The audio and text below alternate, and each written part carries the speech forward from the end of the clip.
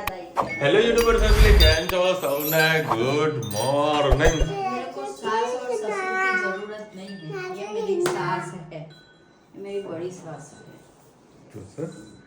મોટી સાસુ હે હું ઘરમાં કરા શું નહીં કરતી, કેમ કર્યું, બધું જ એને ટેન્શન હોય।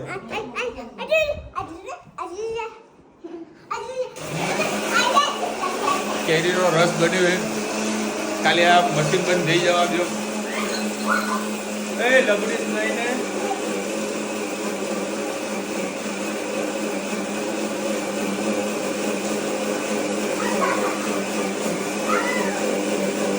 બે જણા જોરદાર મસ્તી કરી દે। હવે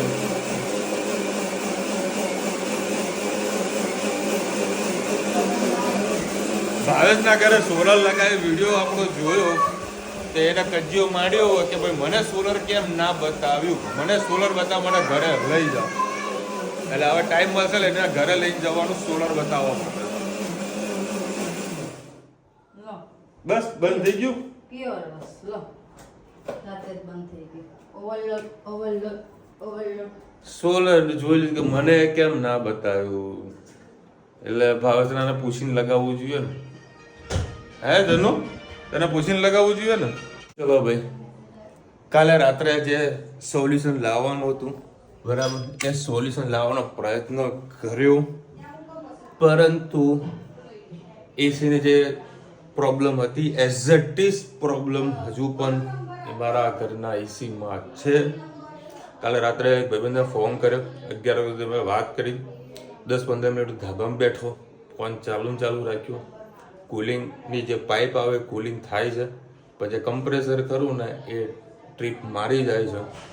એવા કંટાળ મારા મનમાં કે ભાઈ સ્ટેબિલાઇઝરનું કદાચ પ્રોબ્લેમ હશે કે વોલ્ટેજ પ્લસ માઇનસ થતા હશે, એના કારણે થતું હશે, પરંતુ હજુ પ્રોપર સોલ્યુશન નહીં મળ્યું। તો કાલે રાતે પાછું એસી બંધ કર્યું, માંડમાં અમે લોકો પંખામાં ઊંઘ્યા।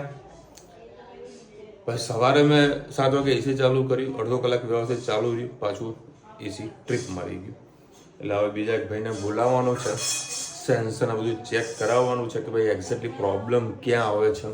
વોલ્ટેજનો ઇસ્યુ હતો તો આપણે એના માટે આ સ્ટેબિલાઇઝર લગાવી દીધું, હવે જોઈએ છે શું થાય છે। રોજે જ આવું, હું એસીવાળાને ફોન કરું ને એને આવે ને એને અડધો કલાક પહેલાં એસી ચાલુ કરીને જ રાખજે, બરાબર। તો જ્યારે એસી ચાલુ કરેલું હોય ને, કારણ કે જો એસી ચાલુ કરીએ ને એટલે 15-20 મિનિટો કમ્પ્લીટ કુલિંગ કરે જ છે, પછી કમ્પ્રેસરમાં ટ્રીપ વાગી જાય છે। કારણ કે બેટર કે આવે ને કલાક પહેલાં બી એને વ્યવસ્થિત વસ્તુ એને જોવા મળી જાય। આઈ થિંક ગેસનો ઇસ્યુ તો મને નથી જ લાગતો, બરાબર। હવે જોઈએ છે શું થાય છે, કે આજે એનો ગમે કરીને સોલ્યુશન લાવવું પડશે, કારણ કે 45-46 ડિગ્રીનો ટેમ્પરેચર આપણા ભારતમાં જતું રહ્યું છે। તારી બેનપણી ત્યાં આગળ ગરમી વધારે, ખબર છે? કોણ સોનલ હા, એસી કામ નહીં કરતું એટલી ગરમી લાગે છે એના ત્યાં। હા, અમુક જગ્યાએ બી આવી કમ્પ્લેનો સાંભળવા મળી છે કે એસી જ કામ નથી કરતું કે એસી કર્યું ને તોય પરસેવો થાય, કે એસી કામ નહીં કરતું, સોળ ઉપર રાખીએ ને તોય પરસેવો થાય કે। હા, પંખો ચાલુ કરવો પડે સર તો એ સોનલની વાત કરે, સોનલ માસી નહીં એમની વાત કરે। સર આવી ચંપા ચમેલી છે તમારા ઘરમાં, બીજાને શીખવાડી દે કે એસી ચાલુ રાખો તો પંખો ચાલુ કરો। કાલે રાત્રે મેં રુચિને નક્કી કર્યું કે કામ કરતા મમ્મીના ઘરે જઈએ અને કુલર ઉપાડતા આવીએ, પણ ઘરની ચાવી હતી નહીં। મારા સાસુ ગયા છે ભાવનગર, તે વળી ચાવી હંગાતે લઈને ગયા। મેં કીધું અડધી રાતે 11-11 વાગે બધું કુલર તો લાવી દીધું। આ તો લાવી દેવાનું ને, આ તો એસી કમ્પ્લીટ કામ પૂરું કરવું પડશે, એટલે ગમે તેને બોલાવી દઉં હું, બરાબર। એક મેન કારીગરને બોલાવું છું, એવું તેને આ બધી વસ્તુને ખબર પડશે ખરા। બસ તો બોલાવી દે, ચલ નંબર ગોતી લે, બોલાવી દે, અને પેલા મારા પર વાત કરાવી દે, સમજાવી દો ભાઈ શું પ્રોબ્લેમ થઈ રહી છે, તો એક્ઝેક્ટલી એનું પ્રોબ્લેમનું સોલ્યુશન આપણને મળે। હા, નંબર ગોતી લે, આજે બપોરે આવે એવું કંઈક સેટિંગ કરે તો વળી બપોરે આખું કંઈક ચેક કરી લે ને રુચિ, તું 11-12 વાગે જો આવી જાય ને તો કમ્પ્લીટ કરી નાખે ને, બપોરે આ લોકો એસી ચાલુ કરીને ઊંઘે તો કંઈક ખબર પડે કે ભાઈ પ્રોબ્લેમ હજુ ચાલુ છે કે બંધ થઈ છે। અડધી રાતે હું ચેક કરવા બેસું ને તો ભાઈ ગરમીમાં સહન નહીં થાય પછી. ગુડ મોર્નિંગ, જય શ્રી કૃષ્ણ. આજે આપણે બનાવીશું મગનું શાક. એના માટે મેં 3 પડી તેલ લઈ લીધું. એમાં નાખીશું રાઈ,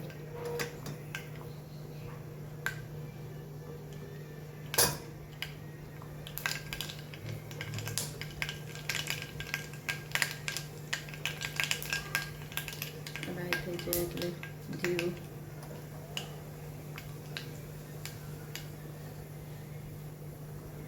પિંચ હિંગ અને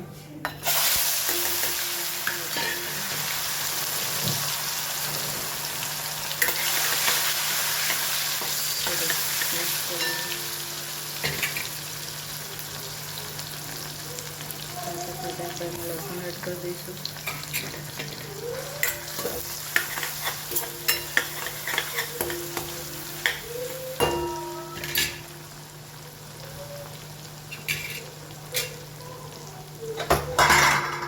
મીઠું એડ કરી દઈએ.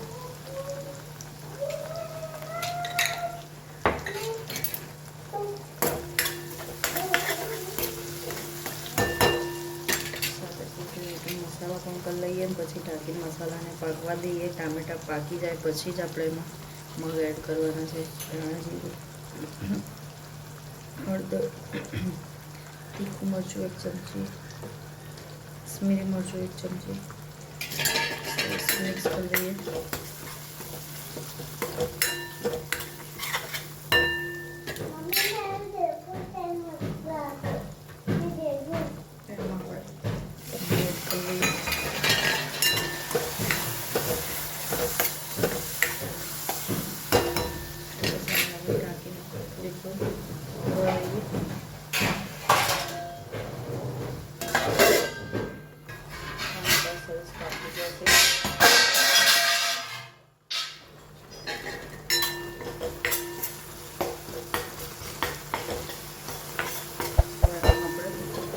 મિક્સ કરી લઈએ.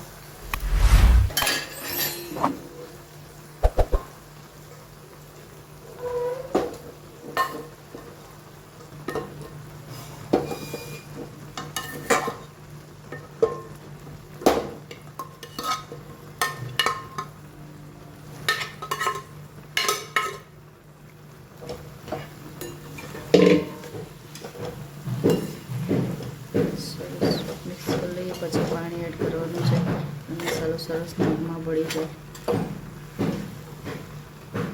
કોને કોને આવા મગ, કોરા મગ ખાવાની મજા આવે છે, મગ ભાત અને કઢી સાથે, ચોક્કસ કમેન્ટમાં કહેજો. કોણ રસાવાળા ખાય છે. બસ હવે આપણે આમાં પાણી એડ કરીએ.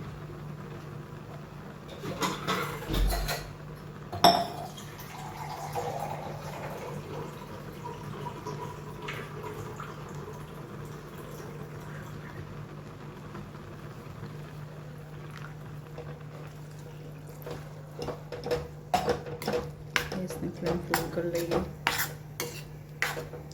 હજી થોડું પાણીની જરૂર છે, એડ કરીએ.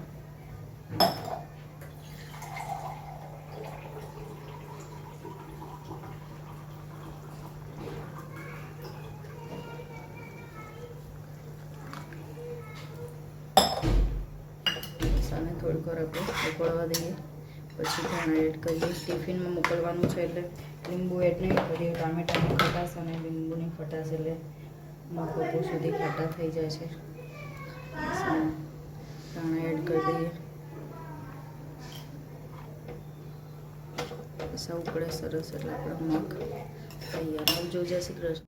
ચલો ભાઈ, આજે રાંધવાની રજા છે. બપોરના મગ ભાત નહીં પડ્યા હતા તો થોડી પાવભાજી લાવી દીધી છે. આજે પુલાવ નથી લાવ્યા. પુલાવ જે જગ્યાએ લેવા ગઈ ત્યાં હતો નહીં. અમે જે જગ્યાએથી ભાજી લાવીએ ભાજી ભાવવાળો હતો નહીં એટલે બીજી જગ્યાએથી લાવ્યા છીએ. જોઈએ, ટેસ્ટ કરીએ કેટલી રહે ભાજી, કેવી રહે. ભાજી 2 પેક કરાવી હતી પણ જો ભાજીની ક્વોન્ટિટી પણ એકદમ ઓછી છે. અને ગઈ વખત અમે 1 લીધી હતી ત્યારે 2 ભાજી લાવી પણ 1 જ ભાજી હતી. જોઈએ છે અત્યારે અમારા તો મગ ભાત ને એવું પડ્યું છે. પાવનું પેકેટ લઈ લીધું છે. ડુંગળી, છાશ અને મગ ભાત છે એ ખાઈ લઈશું. એ ભાઈના ધન તો ભાવતી નહીં ભાજી, એ તો મગ ભાત ખાશે. બરાબર ને? ચલો હવે અત્યારે રાધનપુર રોડ બાજુ આવ્યો છું. કેટલા વાગ્યા? 11:15 વાગ્યા. આ ચોથી રેસ્ટોરન્ટ છે.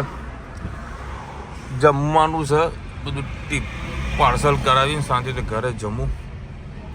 હવે એક બીજી સામે એક હોટલ છે અમારા મગનલાલ ભાખરી શાકવાળા, તો મને લાગ્યું છે કે ભાઈ પાટિયા પડી ગયા એના મતલબ માલ સામાન પૂરો થઈ ગયો હશે, એટલે વળી ત્યાં આગળ રિક્સ લેવા નહીં ગયો. તો લાવ રાધનપુર રોડ બાજુ કોઈ ભાખરી શાકવાળો હોય તો વળી ટિફિન પેક કરાવી લઉં, ઘરે શાંતિથી ખાઉં. આ જો અમારા કેટલા વાગ્યા 11:30 વાગ્યાનો માહોલ આવો છે બજારનો. હવે એક રેસ્ટોરન્ટ આ બાજુ ખુલ્લી છે, ત્યાં તપાસ કરી લઉં. ત્યાં આગળ શાક શાક નથી મળતો, હવે જાતે બનાવીને ખાવું પડશે. આવી ગઈ એક રેસ્ટોરન્ટ, મળી જાય તો વળી સારું છે. ના મળે, પતી ગયું, પાટિયા ઉલડી ગયા ના. હવે મગનલાલ ભાખરી શાકમાંથી લાસ્ટમાં જતો આવું, મળે તો નસીબ, કંઈક તો કરવું તો પડશે. પાછળ રેસ્ટોરન્ટ ગઈ જૈમ્બેવાળી, એ બી સારી રેસ્ટોરન્ટ છે. પંજાબીનો ખિલાડી છે, મારે ખાવું નથી પંજાબી. આ રહી છે મગનલાલ ભાખરી શાક. બધું બંધ તો કરીને બેઠો હોય, જોઈએ મળે કે નહીં મળતું. લડો ભાઈ, નસીબમાં નથી. અહીંયા સબ્જી એની થઈ ગઈ છે પૂરી. મેં તો ગળ્યો હતો વિશ્વાસ હોય. બીજો એક મારા ભાઈબંધ બીજો એક રેફરન્સ કે અહીંયા આગળ જતો રહી સારું જમવાનું આપે છે, પણ એક વખત મેં ત્યાં ખાધેલું એટલે મને વળી અનુભવ નહીં થતો સારો એવો. હા, અત્યારે કઈ જગ્યા જમવાનું મળશે મને જોવું પડશે. નગર છે ત્યાં કહેવું પડશે કે ચલો ખાના પકા લો મેરે લીએ. મસ્ત ઠંડો પવન આવે, ચકાજામ.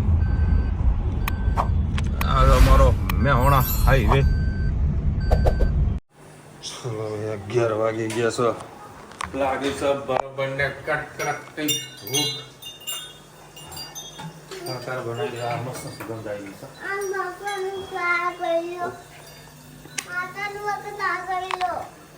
આ કોણ રમતું હતું આવું? એ તારું હતું? તો ધનવી શું રમતી હતી?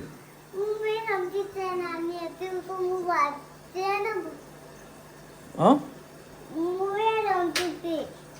કયા દેવામાં દેખી જ નહીં ને કે તું વોકરમાં રમતી હોય. તારા ચકુડી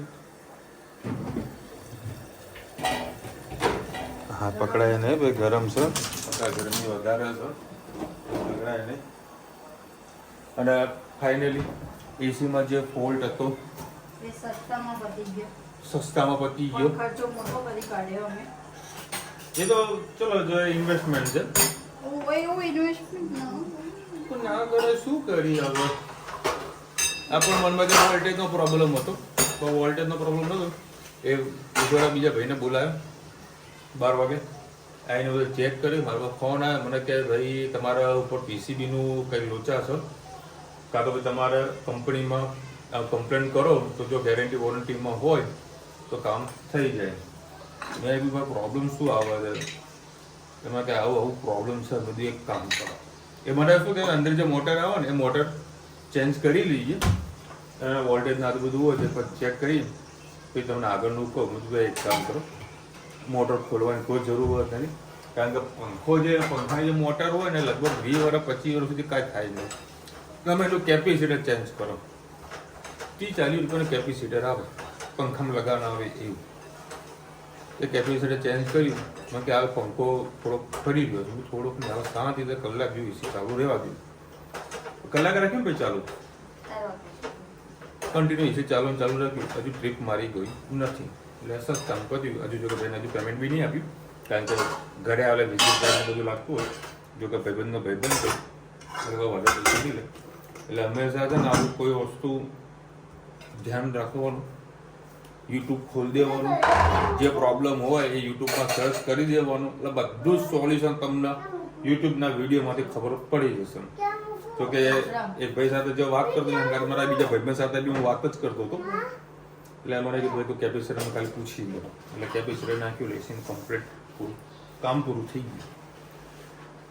ચલો ભાઈ, હવે સ્ટેબિલાઇઝર શું છે આજને તો કાલે ભવિષ્યમાં કદાચ જરૂર હોત તો પડે, કારણ કે સ્ટેબિલાઇઝરથી એક ફાયદો એ થાય કે તમારે એસીનું જે પીસીબી આવે ને એ વ્યવસ્થિત રહે, એના જીવન કોઈ વસ્તુનો પ્રોબ્લેમ ના આવે, ના વોલ્ટેજ પ્લસ માઇનસ થાય તો કોઈ તકલીફ ના પડે. શું કેવું? આપણું શાક રેડી થયું કે નહીં થયું? રેડી થઈ રહ્યું છે. હે ના બકા, મને તને ખબર તો પાવભાજી મને ભાવતી નથી. તમને ભાવે ને પાવભાજી? એટલે તમે તાર ખાઓ. શું કીધું?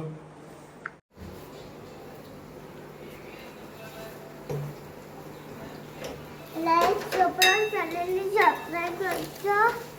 હું મમ્મીને કહેશું રોજ ભૂલી જવા. લાઈક ચેનલને સબસ્ક્રાઇબ કરજો. વિડીયોના લાઈક સબસ્ક્રાઇબ કરજો. વિડીયો ભૂલતા ભાઈ બહેન જાવે તો માં રોબે એને ભૂલતા તમે. ચલો ભાઈ, આપણું સેવ ટામેટાનું શાક થઈ ગયું સર રેડી. આ તો કેટલી 4 થી 5 રેસ્ટોરન્ટ ફર્યો ભાખરી શાક લેવા માટે. દેશી ઘરનું. ચલો ભાઈ, અત્યારે ગરમી જબરજસ્ત લાગી રહી છે.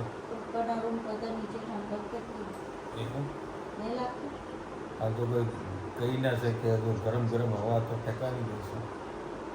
બાકી ઉપલા રૂમ કરતા નીચે રૂમ તો હંમેશા ઠંડો જ હોય. એનું કારણ છે કે ભાઈ ધાબુ ઉપલા જ માળે તપવાનું, નીચે તો કંઈ થવાનું છે. દિવાલો થોડી ગરમ હોય એટલે ઠંડી છે, વાંધો નહીં આવે. પણ એસીનું જે મેઇન ટેન્શન હતું એ પૂરું થઈ ગયું. ગાયત્રીબેનને કોમેન્ટ આવી કે ભાઈ અમારે બી આવું તકલીફ થઈ ગઈ. એમને એવું કીધું કે ભાઈ અમારે ગેસની તકલીફ હતી. તો હંમેશા એનું વસ્તુ ધ્યાન રાખવાનું કે જ્યારે ઉપરની જે કોમ્પ્રેસર જે આવે ને તેમાં જે એક નાની પાઇપ આવે ને ચેક કરીને જોઈ લેવાની. જો ઠંડી હોય તો સમજી લો ગેસની લીકેજનો કોઈ પ્રોબ્લેમ નથી, બરાબર. એટલે અમુક નાની નાની વસ્તુ ખાસ ધ્યાન રાખો, તમારા સારા એવા પૈસા બચી જશે. બાકી એક સ્ક્રૂ મારવાના લોકો 500-1000 રૂપિયા લઈ જશે. એટલે વસ્તુ ખાસ ધ્યાન રાખજો. અને ઓલમોસ્ટ બધા એસીની અંદર જે નવા લોકો એસી લેતા હશે ને એ 5 વર્ષના 10 વર્ષની ગેરંટી વોરંટી આપતા હોય છે. એ ગેરંટીનો ઉપયોગ ખાસ કરજો, નકર લોચા પડી જશે. ક્યાં જવાનું હજી? કોણ આવ્યું ઘરે?